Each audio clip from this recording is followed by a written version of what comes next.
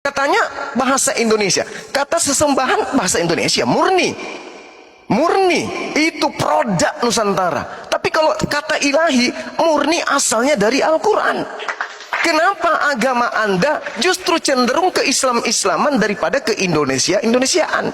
Padahal kitab saudara itu diterjemahkan ke dalam bahasa Indonesia, bukan ke dalam bahasa Arab.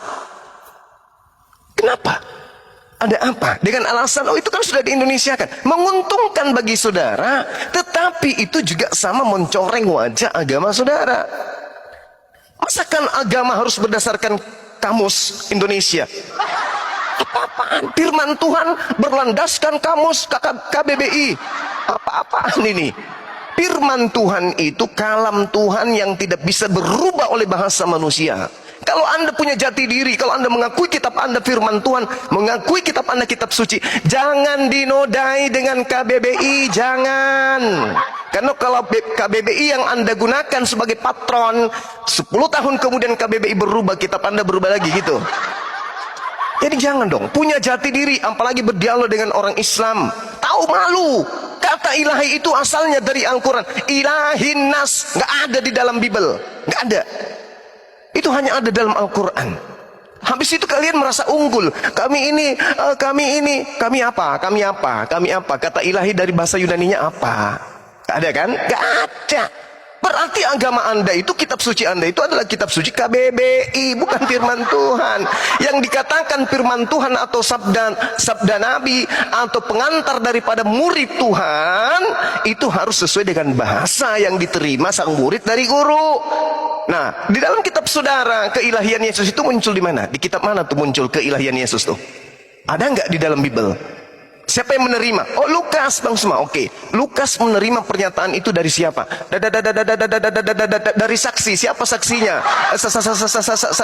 Bom. Apa kata bom pertama kali ketika menerima ucapan itu? Apa? Enggak tahu. Sekarang apa yang Anda jadikan? Ini ajaran apa yang kayak gitu-gitu? Agama itu harus punya jati diri. Kalau masih punya malu. Oke, jangan seperti serigala nyamar domba. Pahami itu.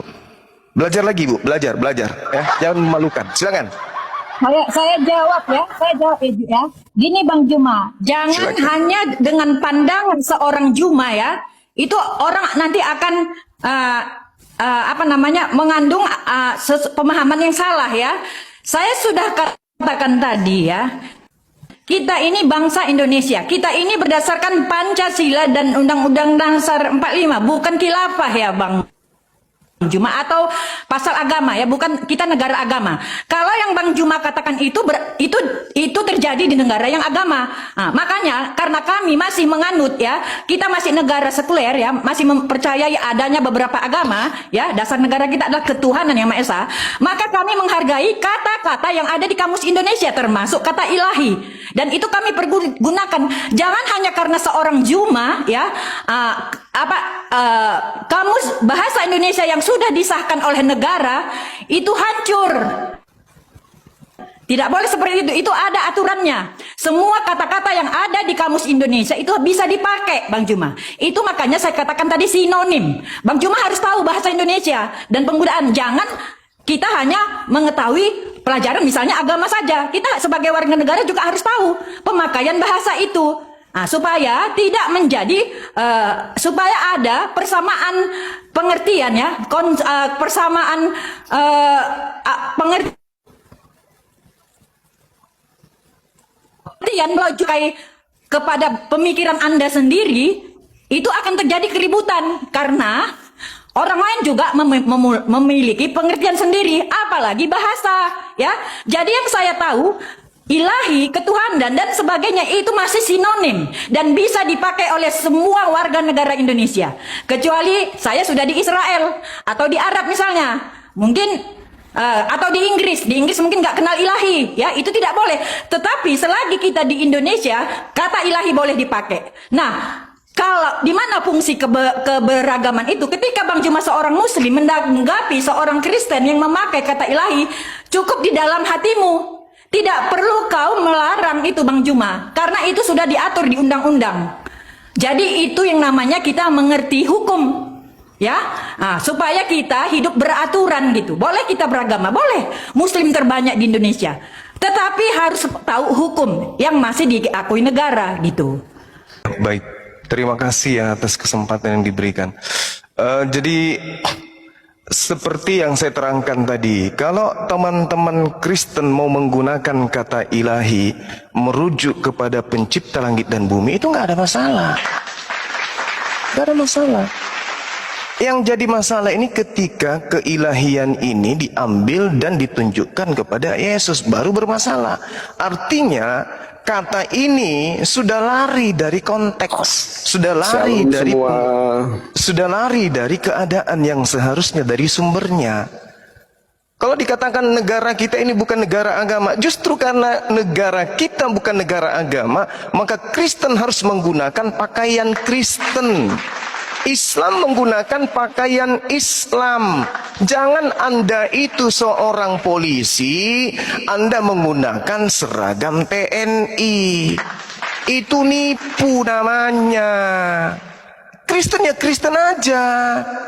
Kan ada tuh bahasa dari kitab kalian, misalnya di dalam Kolose 2 nomor 9, sebab dalam dialah berdiam segala secara jasmani seluruh kepenuhan ketuhanan. Di dalam kitab kalian kan disebutkan teotes. Teotes di dalam bahasa Indonesia apa? Ketuhanan.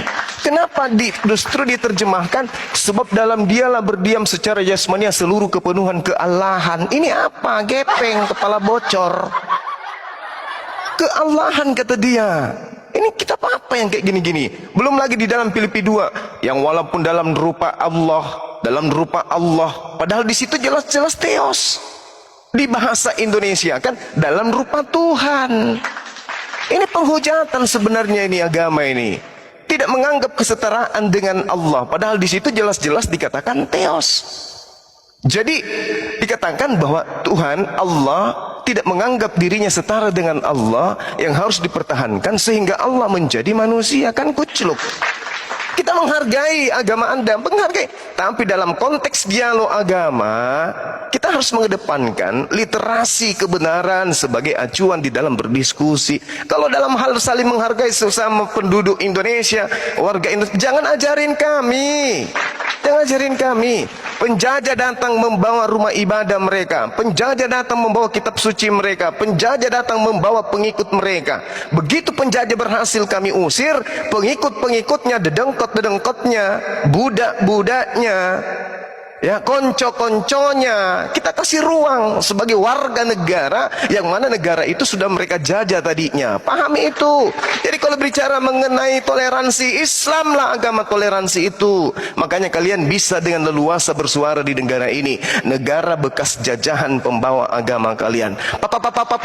Paham tidak sampai di situ? Ya, jadi ini kita berbicara mengenai konteks kebenaran sebagai sebuah agama, bukan berbicara mengenai warga negara Indonesia, bukan sama sekali, bukan. Ini berbicara mengenai kebenaran sebuah keyakinan berlandaskan terhadap kitab yang kita anggap suci masing-masing. Gimana Anda mengatakan kitab Anda suci sementara isinya dari KBBI? Coba. Makanya tadi kenapa saya lontarkan pertanyaan ini? Karena manusia PowerPoint, si Erben, itu sok tahu, sok pintar. Coba lihat aslinya kan, menghujat Rasulullah. Padahal pertanyaan saya sederhana loh. Dari mana keilahian Yesus? Apa dasar pijakannya? Karena kalau berbicara mengenai ilahi berarti pencipta dan sembahan yang kami sembah. Contoh misalnya ilahin nas, sembahan seluruh umat manusia. Nah, apakah Yesus sembahan seluruh umat manusia? Kan tidak. Oleh karena itu pertanggungjawabkanlah. Muncullah pertanyaan kemudian, dari mana Bible Indonesia mengambil kata ilahi? Oh, rupanya dari KBBI. Ya, celoko. Ya, saya kira begitu ya para guru-guru saya yang ada di sini. Ya, mudah-mudahan Erben belajar lagi ya. Dan ajak bom-bom kemudian ke sini juga supaya diterapi juga. Jangan ngumpet sendiri di tempatnya, kasihan. Silakan sahabat yang lain. Oke.